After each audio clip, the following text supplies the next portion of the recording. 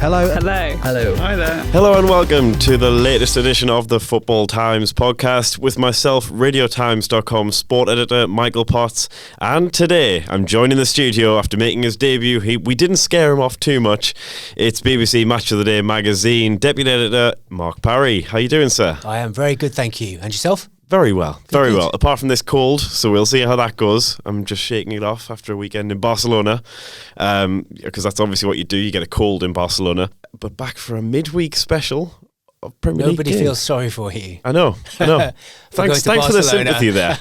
Yeah, there was no violin there. Moving straight on, we have a full round of Premier League games coming up between Tuesday and Thursday, 5 of which will be on BT Sport throughout the week. We'll just dive straight in, shall we? Starts off with Sheffield United versus Man City. It's on BT Sport 2 at 7:30 on Tuesday night. Bit of an interesting one coming up here. Sheffield United, just remarkably consistent. They've surprised everyone, haven't they? I don't think even the most staunch Blades fan would have predicted they'd be where they are in the league at this stage of the season. They've been fantastic, and a sort of a breath of fresh air for the Premier League as well. I love that they're not just sort of going gung ho into all of these games, or they're not. It's not just based on winning half your games, losing half your games. It's just remarkable how all of their games seem to follow a very similar pattern. It's like the same game, you're watching it over and over, and I'm sure the Sheffield United fans won't mind that. There's only basically in 2 of their 26 games in all competitions this season, only 2 of the games either side scored more than 2 goals, and they've only been beaten by more than 1 goal 3 times in those 26 games. It's just so close in every game. Just a well-organised, superbly coached team, and every player knows his role. And Chris Wilder very much putting himself in the position of manager of the season, maybe. Absolutely. I mean, for me, is there any higher? I mean, I'm sure Liverpool fans and Jurgen Klopp would argue otherwise. Yeah, but I forgot about those boys. If we ignore those, which we can do, we'll do that. We'll ignore them. Chris Wilder, a fantastic job this season. For sure. Do you think this has got something? So we've seen maybe with like the likes of Aston Villa, they come up and spend big money and change a lot of that winning formula. Do you think is this a great case for keeping your team together? Is there a right way to go about things if you are a championship promotion winning manager? Well, if you're coming up next season and you look at what the teams that promoted the year before did, you'd have to look at Sheffield United, and it's obviously Chris Wilder had a lot of faith in those players to stick with them, and he's got them doing exactly the same this year what they were doing last year. Yeah, of course, and let's say John Fleck, another sort of unlikely hero, almost stepping up from the Championship, getting a few goals this season, getting a point against Arsenal. It's not bad, and the fact that we're not surprised by them getting a point at Arsenal is testament to their season. No, exactly. And at home as well, they've been really strong at home. Only lost one since September at Bramall Lane, and it's a big night for Dean Henderson as well in the Sheffield United goal up against Man City. Very big. He's a Man United goalkeeper on loan, and he'll be looking to I think to do one over Pep and his big parent club's rivals. Yeah, he'll enjoy that, won't he, if he gets something out of this one. Moving on to Manchester City, they're taking a lot of stick for falling so far behind. I almost feel sorry for them in a way, because I think they are still playing very, very good football. Like, it's not like they've been awful. It's not like they're they've suddenly turned into this shocking team. Like, I think that's maybe what people try to portray it as, but it's just they can't keep up with this unprecedented Liverpool side. No, the juggernaut that is Liverpool. It's unbelievable. A winning machine. Yeah, the City, not actually in incredibly bad form at all. No. They're just not winning every game, which Liverpool are, and so it's highlighting City's small inefficiencies and inadequacies. Yeah, I mean they've won 9 of their last 11 in all competitions. Like, it's not like you can really pinpoint and say, oh, they need to stop the rot. Like, there's no rot to stop. They just can't keep up with the pace being set. No, and away from home as well, they've scored 33 goals this season, which is an average of 3 a game. That's incredible. That's a mad one. Pep rotation looks like it's going to come into effect this time round. I mean, it's every game, isn't it? So I would love to tell you that Aguero's going to start for all the fantasy football players out there, but he's probably not, because it's Pep. Rodri, Mahrez, Jesus, Otamendi, all potentially coming into it. I mean, yeah, again, no matter who they play up front, like you say there, 3 goals every single game, probably every 3 days as well. They're going to score goals. They're probably going to score goals again tonight. They've scored in every game this season.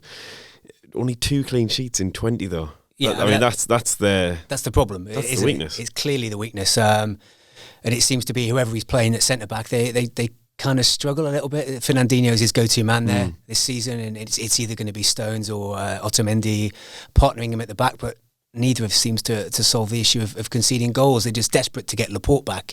And I think now for Pep and for the City players and the City fans, it's all about the Champions League, isn't it? Yeah, for sure. They're clearly going to finish second. Yeah. They're not going to win the league. They're not going to drop out the Champions League places. So it's all about, I think, maybe getting a bit of form back for those knockout stages when they got, I think, Real Madrid next month in the last 16. I think it's all about the Champions League now for City. Yeah, it's a little bit like a Premier League sort of turned into a testing board for them now, hasn't it? Like which back four can you put out there and hold firm?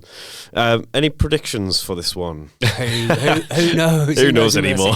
I mean, normally you think Man City go into Sheffield United. That's an away banker, but City have been stuttering maybe, and Sheffield United have been on fire. 2-2. I mean, I'm up for that. As somebody who'll be watching this game, I'm very much up for that. No, I think I can see City winning this one. I think they're just, again, they're going to outscore teams. I still think it'll be pretty close, but they should have that edge on that one. Moving on, later tonight so it's an 8:15 kickoff, so you can watch the first half of Manchester City, Sheffield United. Switch on over to BT Sport 1 for the 8:15 kickoff. It's Chelsea versus Arsenal.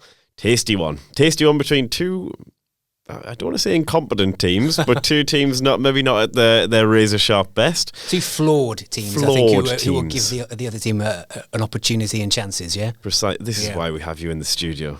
Fire content like this. Chelsea, we'll start with Chelsea. They're under very little pressure from anybody around them, really. I think they're in a very nice position because they've dropped points. They've been, they've been inconsistent. They obviously lost to Newcastle last minute the other day.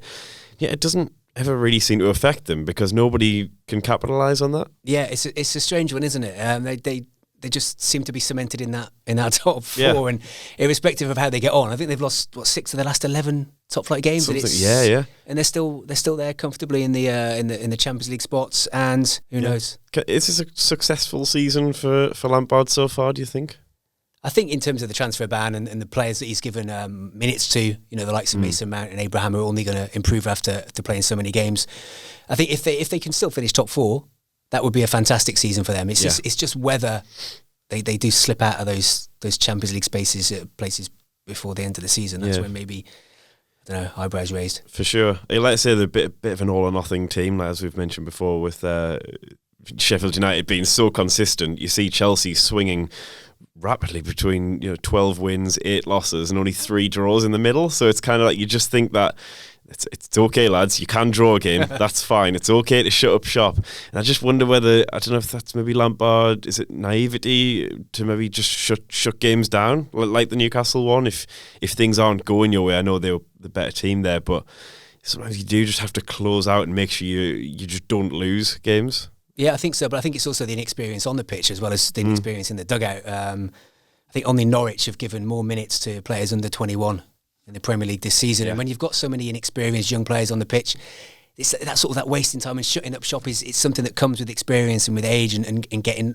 all those Premier League minutes under your belt. And maybe they're just a little bit naive this season, but get those under their belt this season and next season they're much stronger. For sure, that's streetwise edge. And moving on to Arsenal now, 6 wins out of 23 for Arsenal this season. It's pretty shambolic by their standards and what we've come to be used to from Arsenal. They've actually lost fewer than Chelsea though, which is kind of a bizarre twist on the season. Arsenal sitting in 10th, but it's those 11 draws. They could probably share some of those with Chelsea. I think Chelsea would take some. But what do you make of, since Arteta's come in, what he's actually done with that team so far? Well, I think it's 1 win in the 5 games he's been in charge. So it's not a great start, but it's obviously going to take a little while for the players to get used to his systems and his style and his approach to the game. So it's very much a season of transition, isn't it, for Arsenal? Yeah. Whether they wanted it to be that way or not, that's exactly what it's turned into. Another player he's given, some players minutes like Martinelli, who's looked really, really exciting. I really like Martinelli, to be fair. Really like him in the Europa League. Really good player. The remarkable thing about Arsenal, though, is that, again, we're talking about this. They're 10 points away from the Champions League places. They're sitting in 10th, 10 points away from Chelsea. You've got Man United, who seem to be taking 1 step forward and 7 back. You've got Spurs, who just can't get their act together at all. Palace, they're not going to be anything more than sort of lower top half. I'm certainly not suggesting that Arsenal, that Champions League is a possibility this year, but you've got to be looking up and thinking that top 6 is pretty achievable. Do you think 5 points away?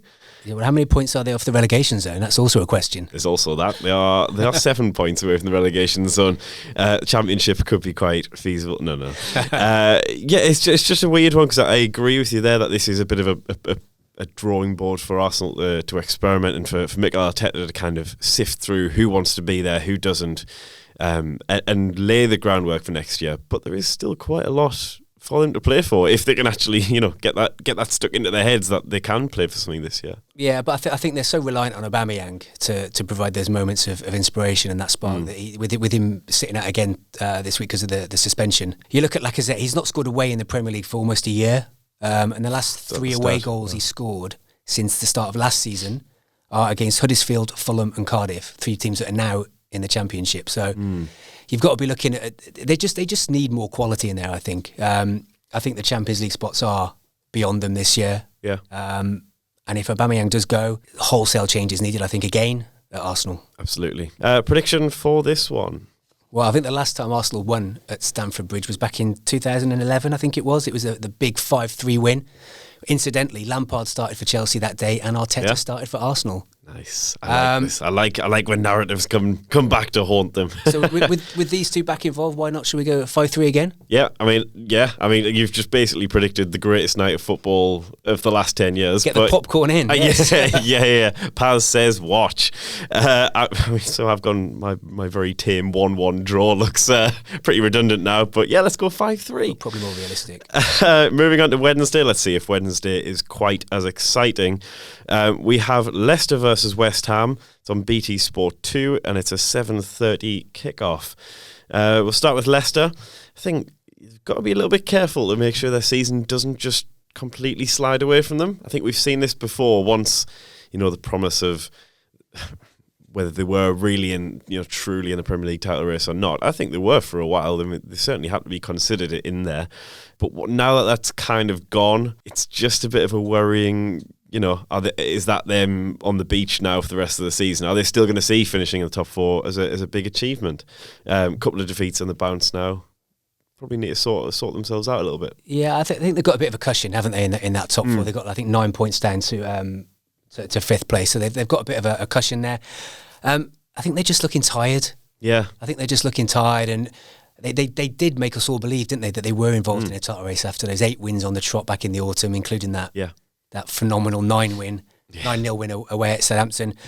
We all started to believe that actually maybe they can strut with a fairy tale again, but it wasn't to be. Tielemans was a big player for them last year. He started to look tired. Vardy's got 1 in 5, I think it is. Chilwell, Madison's been a little bit quieter, hasn't he, recently? Quiet over the past month or so. Hopefully it's just a little bit of a blip, which all teams, in brackets apart from Liverpool, seem to have. Yeah. The human sides in the Premier League this year. So. This is a nice game for Leicester, I think, to try and get their Premier League campaign back on track. West Ham coming to visit. There's not many teams that you'd rather face, is there? I don't think. Yeah, for sure. Bournemouth, yeah. But yeah, West Ham will do for them. And yet you say that, and the defeats that they've had, Southampton, Burnley, 2 sides sort of desperate for the points down there. I know Southampton maybe a little bit less, but Burnley in particular. They were in real dire straits and came along and got a huge win against Leicester. So you wonder whether West Ham, we'll move on to West Ham now, but West Ham, again, they're another team who have something very much to play for. And I wonder, again, whether that is something Leicester need to address and actually match teams for how much they want to win these games. Yeah, I mean, obviously Leicester had those 2 sort of disheartening defeats against City and Liverpool, which kind of almost effectively ended their title hopes and aspirations. And maybe there's been a bit of a long hangover from that, but once things start to click again, they've got a really good team. Yeah. Leicester, a team far too strong for West Ham. It's just whether Leicester is still in that mental state of feeling disheartened and feeling a little bit sorry for themselves. Yeah. Yeah, they need to pick themselves up and see that 3rd, 4th is still. I mean, before the season, we were saying top half and maybe top 6 potentially, but. Yeah. I mean, top 4 finish would be incredible for them, and another European jaunt for them next season if that comes to pass. West Ham, So they thrashed Bournemouth, 4-0 with Mark Noble in all sorts of form.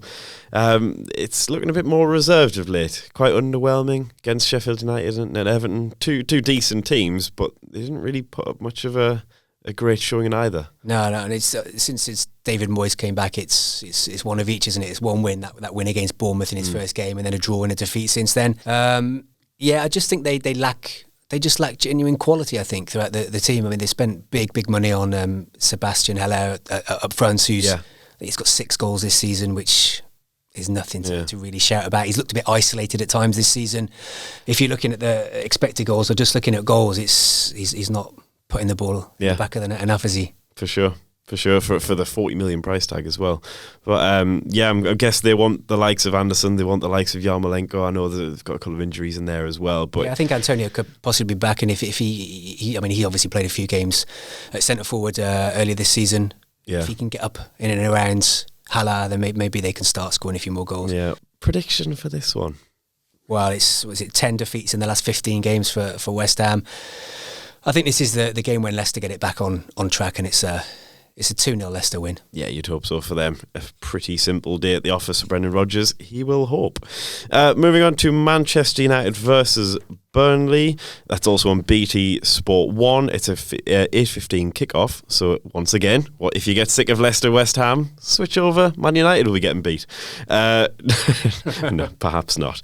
Burnley buoyed by that win over Leicester. Do you think they've got much of a chance in this one? It's another one, isn't it, where you've got a team like Burnley going to Old Trafford. Traditionally, would be a comfortable home win. But we're not living in traditional times at the moment, are we? Certainly we at Old live Trafford. In strange times. They've been a bit shambolic, I think, United. And at the heart of that is that central midfield that they've got there at the moment. Absolutely. If your midfield is Fred, Andreas Pereira, Nemanja Matic, it's not good enough. No, it's not good enough at all, and they need big changes in there. Either Pogba comes back fit and he plays games, or he goes just so we know exactly what's going to happen there in the middle. They need quality, and they haven't got it. Now, obviously, with Marcus Rashford missing as well, that's an absolute hammer blow for United. Yeah. I was going to say about Rashford, do you think they've handled him well there? I mean, I know we don't know the ins and outs, and I know there's a lot of reports saying that Rashford was very insistent that he would play through the pain, etc., etc. He obviously did his ankle in. A few days later, does his back in. I just think when you talk about Pete, I think it was like a bit of floating bone or something in his ankle, and it's exactly. Like, is that really? I don't know whether that's another sign of just the disarray at Man United, like that they're having to rely on a 21-year-old lad who is the future of that club, future of England, etc. And you're letting him make his own choices on whether he can walk out onto the pitch with bits of him not functioning. I just think that's crazy. No, it is crazy, and it's obviously not good, is it? I mean, effectively a broken back that he had there with some stress fractures in the vertebrae. That's not good, and players have struggled to come back from that kind of injury in the past to the level that they were playing at before. And I think question marks seriously do need to be asked about the medical department at Old Trafford that things like this can happen. Because it shouldn't happen. Yeah, and I know there's, sometimes players can wave off a knock, but like you're saying, they're fracturing his back. Like it comes down to this sort of. I know there's been a lot of discussion about concussion and head injuries and stopping the game instantly, and you just think like when that's your spine involved, like you've got to accept that there are things that are bigger than the 90 minutes. You can't risk that, can you, at all? You can't risk it at all. Absolutely, and totally agree with you there about the centre midfield for Manchester United. Just not functioning really as it should be. No, they're just lacking. They're lacking, and they don't really look as though they're going to get a top 4 spot this season. I don't think. I think they're just the deficiencies in that squad will prevent them from claiming a Champions League spot. Yeah, it's holding them back from any sort of consistency, isn't it, really? Burnley in this one, I guess only they and Norwich, bottom of the league, out of the bottom 8, got any sort of win at the weekend. So that was a fantastic result for them, really. A little bit of a similar situation to Chelsea, though. They're a bit of an all or nothing side. Obviously, more in favour of, they lose games than win them. But for a team who sort of prided themselves on this organised Sean Dyche way of football, it's quite surprising that they've only drawn 3 games this season. Yeah. You just think that maybe we need to get back to that, and you see what Sheffield United can do with a few draws, just keeps that little momentum, steady flow of points coming in. I know that they had a win at the weekend, which has lifted them away from danger for now, but they could easily get sucked back into that. Yeah, and the form obviously before the weekend was very poor, and very alarming as well. I think it was 4 straight defeats and then 7 defeats in the previous 9. Very much relegation form, and like you say, unusual really for a Sean Dyche team, which are normally superbly organised and just don't give the opposition much chance at all. Yeah, it's a bit of a strange one. And yet, like I say, we're saying this, they could get sucked into it, but they could also very easily get out of this and be home and hosed within a few weeks. So they're on 27 points now. They've got United, Arsenal, Southampton, Bournemouth, Newcastle coming up. One win of those, you're through the 30 points barrier with 10 games to spare. It's incredible how it can work, but obviously the Premier League is not a sensible league. Prediction for this one? Well, I think the last 2 at Old Trafford between these two have ended 2-2, with Man United coming from 2-0 down. 1962, the last time Burnley won at Old Trafford. Did you know that? I did not know that. 7 years before man set foot on the moon. So the chances of Burnley winning are slim, but this is a poor Man United team. Let's just go 1-0 Burnley. Yeah, I was going to say It's got 1-0 Burnley. Go with that. Yes. I'm going with a draw. Anything but a win for Man United is a shambles, but like you say, in these crazy, crazy times, Burnley will draw with Manchester United at Old Trafford. Moving on, so we have one final game, and it's a pretty big, tasty affair. It's on BT Sport 1 on Thursday night. It's an 8 o'clock kickoff. It's the only match of the day, and it's Wolves against Liverpool. Should we start with Liverpool? We can get them out of the way with. We've pretty much ran out of things to say about Liverpool. We've already mentioned them far too many times today. This week's shout-out goes to a midfielder who Manchester United would kill to have in their team, Gini Wijnaldum. Gets stuck in, presence, power, skill on the ball, absolutely demolished Maguire when he was driving through on goal. I just feel like he is the sort of player who United needed Pogba to be. And the thing with Wijnaldum as well, he's almost the perfect team player, which many people accuse Pogba of not being. Yeah. Pogba wanting to stand out and have his name sort of shown up in lights, whereas Wijnaldum is he's very much a cog in that Liverpool machine, and the way he receives the ball and just pops it off, he's really key player for Liverpool. I think if you're pairing him with Henderson as well, I mean they do the running for an entire midfield. So if you've got Lallana, Oxlade-Chamberlain, I think they would love to have Fabinho in there. I mean they're doing all right at the back without him, but I think they need maybe that third top quality midfielder in there as well to get the full effect from them, which is scary considering how much they're getting from them. I just think those are the players who win titles. We see James Milner's, and like these feel like the sort of next level Park Ji-sung, almost what he was to Man United. Like just getting constantly 8 out of 10 performances from them. That's what gets you the league titles. Yeah, but this Liverpool team, I think 8 out of 10 is a poor week for them. They're just there's that as well. They're clocking up 9s and 10s every week, I think, and some of the achievements they can get this year are just incredible. It's an incredible stat, which out of the possible 93 points, they've won 91 in the Premier League. 91 out of a possible 93 points. My goodness. So that's 30 wins out of the last 31 games. Yeah, it feels like you felt like on Sunday, once Salah scored, that was just such an explosion of... You could see, couldn't you? We've done it. Like, it just very much... I think they were chanting sort of like, we're going to, now we're going to believe us sort of thing.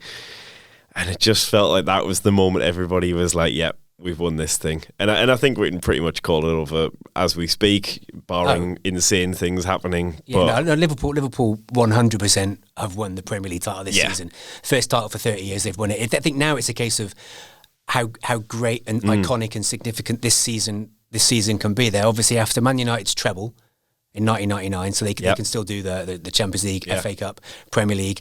They want City's 100 points record and Arsenal's Invincibles record as well. Imagine doing all the clean sweep in one season. Oh, Everton fans, we're sorry. We're so sorry.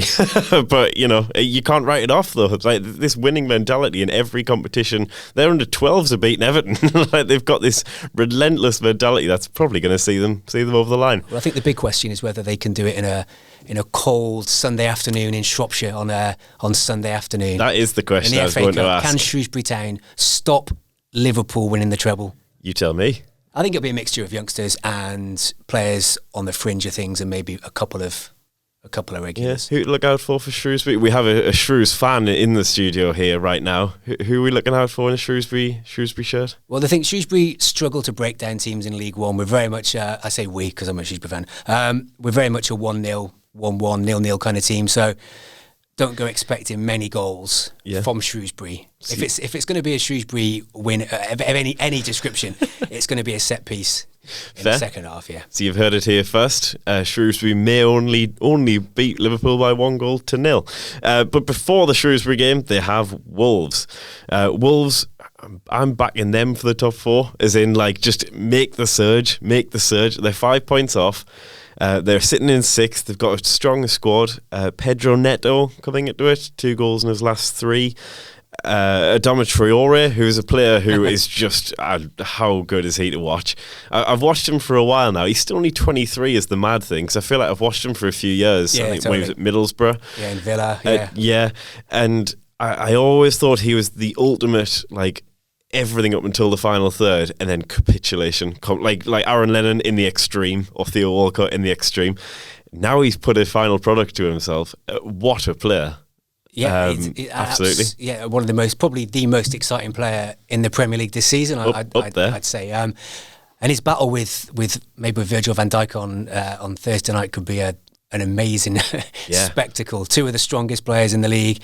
And Traore possibly the fastest, and Van Dijk's not slow either. So that's definitely one to keep an eye on. If they had the old player cam, get zoomed in on Traore and Van Dijk. Absolutely, and he's the sort of player as well who, like you say, he's got that balance of just being an absolute ox in terms of strength and speed. He's got a bit of both, and you wonder whether there's not many wingers will have had to face Andy Robertson, Trent Alexander-Arnold.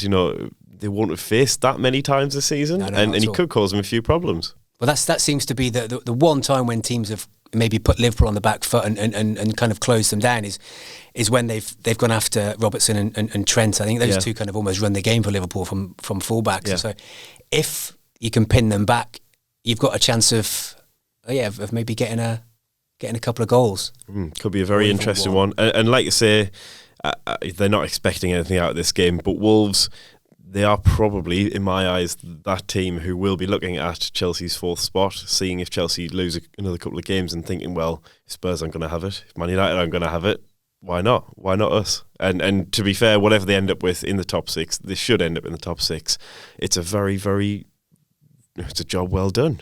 I think maybe they've also just looked a bit tired as well over the last couple of months, Wolves. They've played a lot of games in the Europa League and a lot of games in the Premier League. They've played 41 games this season so far already, which is quite a lot, and it will take its toll. They've been decimated by injuries over the last month as well. So when these players start coming back and they get their full-strength team out again, I think that's when they'll make their charge for the top 4.